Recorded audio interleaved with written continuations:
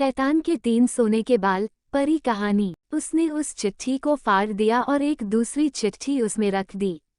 उस चिट्ठी में लिखा था, जैसे ही ये लड़का राजमहल में पहुंचे, तुम इस लड़के से अपनी राजकुमारी का विवाह कर देना। ये काम मेरे वापस आने से पहले ही पूरा हो जाना चाहिए। ये खत उन्होंने उस लड़के के सामने रख दिया और सुबह होने से पहले ही डाकू वहां से चले गए। सुबह जब वह लड़का सोकर उठा तो उस बूढ़ी ने उसे कुछ जलपान कराया। फिर वह लड़का राजमहल की ओर चल पड़ा। राजमहल पहुंचकर उसने वह खत रानी मां तक पहुंचा दिया।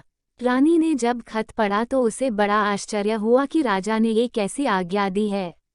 एक अनजान लड़के से वह अपनी राजकुमारी का विवाह कर दे।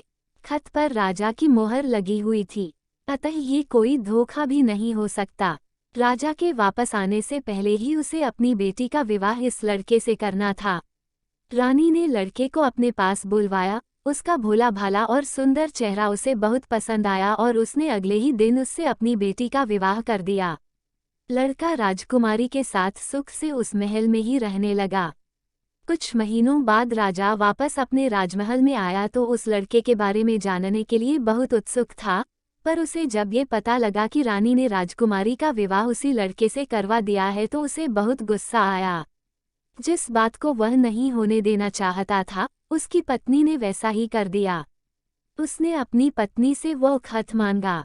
राजा ने उसमें उस लड़के से राजकुमारी के विवाह की बात लिखी देखकर हतप्रभ रह गया। उसे लड़के पर शक हुआ कि वो पढ़ा लिखा है, जरूर रास्ते में खत बदल दिया होगा।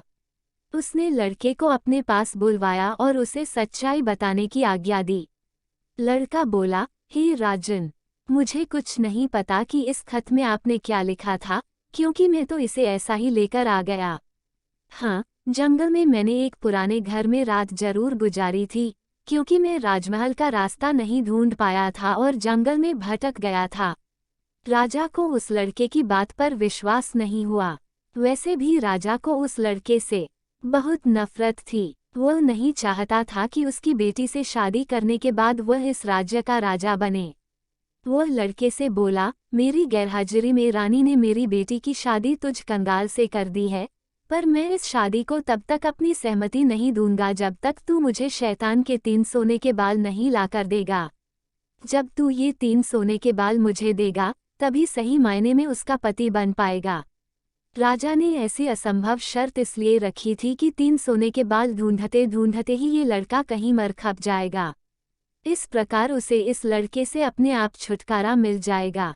अब लड़के के आगे राजा की आज्ञा का पालन करने के अलावा कोई और रास्ता नहीं था, क्योंकि अगर वह राजा की आज्ञा का उल्लंघन करेगा तो भी राजा उसे मरवा देगा।